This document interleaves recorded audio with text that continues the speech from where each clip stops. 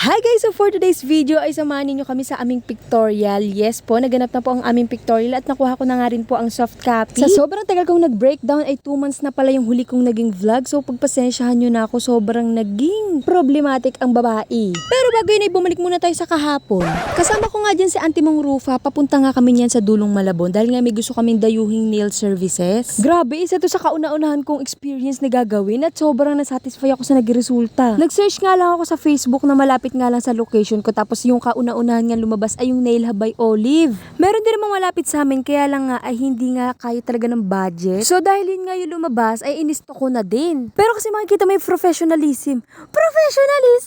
And bukod doon, kapag in-stock nyo siya, makikita nyo yung mga output niya ay magaganda talaga at quality, tapos sobrang affordable at pasok sa budget. Nag-home service din nga pala sila. And based on my experience ay sobrang gaan lang na gumawa ni Olive, tapos sobrang bait din niya, tapos sobrang kalmado.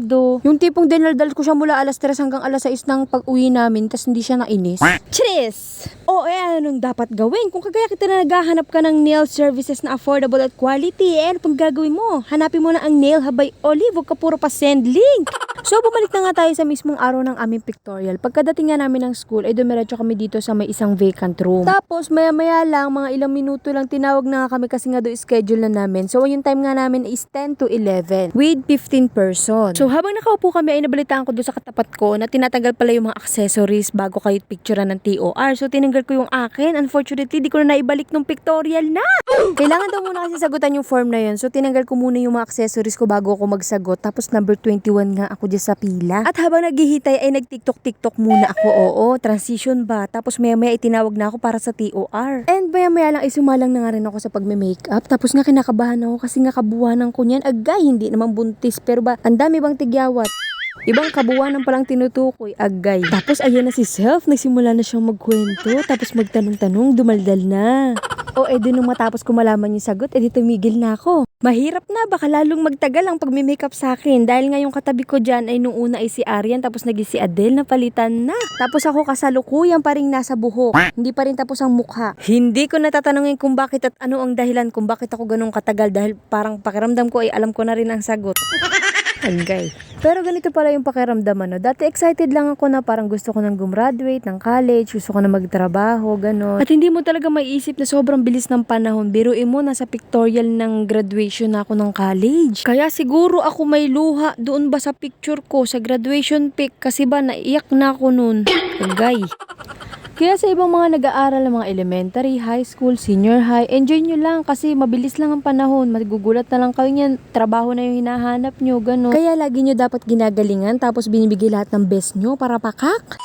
O bago tayo magkaiyakan ay moving on na nga. So pumunta nga kami dito sa may Soheyo dahil nga lilibre ulit kami. Ito nga yung first time namin na magkakasama talaga, as in buong grupo na magkakain nga dito sa may Samgyupsal na tagal namin pinagplanuhan na hindi matuloy-tuloy dahil nga sa wala kaming kapera-pera palagi. Alam mo yung pakaramdam na hindi na talaga namin nababudget yung mga ganitong bagay paglalabas kami dahil nga sobrang daming gastusin sa school. Kaya naman nung araw nung pictorial namin na to ay nag-aya yung isa sa grupo namin na sagot daw niya ang lahat. Ay sino ba namang hindi ang papayag noon? Agad sige hala, bira. Napapapalakpak pa sa tinagal-tagal na hindi pagkain ng Samgyupsal. Pag ganyang klase naman ng mga pagkakataon na ibinibigay sa inyo, ay naku, kuhanin ninyo. Sulitin. Lubusin. Kaya ayan, nung pumunta kami dyan, mga anong oras kami pumunta niya, alauna. Lumabas yata kami niya mga alas 4, alas 3 na. Kaya naman sobrang thankful naman kami kay Kuya Mong Jom dahil nga nilibre kami at ang buong grupo niya. Kung hindi dahil sa iyo, hindi magkakaroon ng katuparan ng ating mga plano. And wait, there's more. After namin kumain doon sa may Samgyupsal, nag-aya naman sila sa SM. And nakakatuwang hindi lang yung pagkain namin ng sama-samang buong grupo sa isang restaurant ang natupad, kundi pati na rin yung pagpunta dito sa SM na sama-sama tapos naglaro din, nag-enjoy ba? Bukod kami ng laro. Bukod kami ng laro ni Jo. Nilibre na nga din kami ng token para nga din daw kami ay maglaro. Kaya yan nagpunta kami dito sa may mga parang sinusungkit. May 3 nga kaming token dyan ni Jokas. Tapos yung isa ako nga yung naghulog. Tapos kukunin ko sana tong pillows. Kaya lang ang liit-liit naman ng panungkit. Ang daya-daya.